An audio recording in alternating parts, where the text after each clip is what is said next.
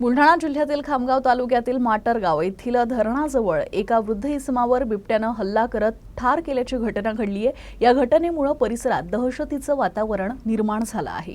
मिळालेल्या माहितीनुसार माटरगाव येथील बाजीराव चव्हाण यांच्याकडे गुरे आहे। त्यातीलच एक जंगलात बेपत्ता झाले होते। त्याला शोधण्यासाठी बाजीराव चव्हाण हे माटरगाव येथील धरणाजवळ गेले होते।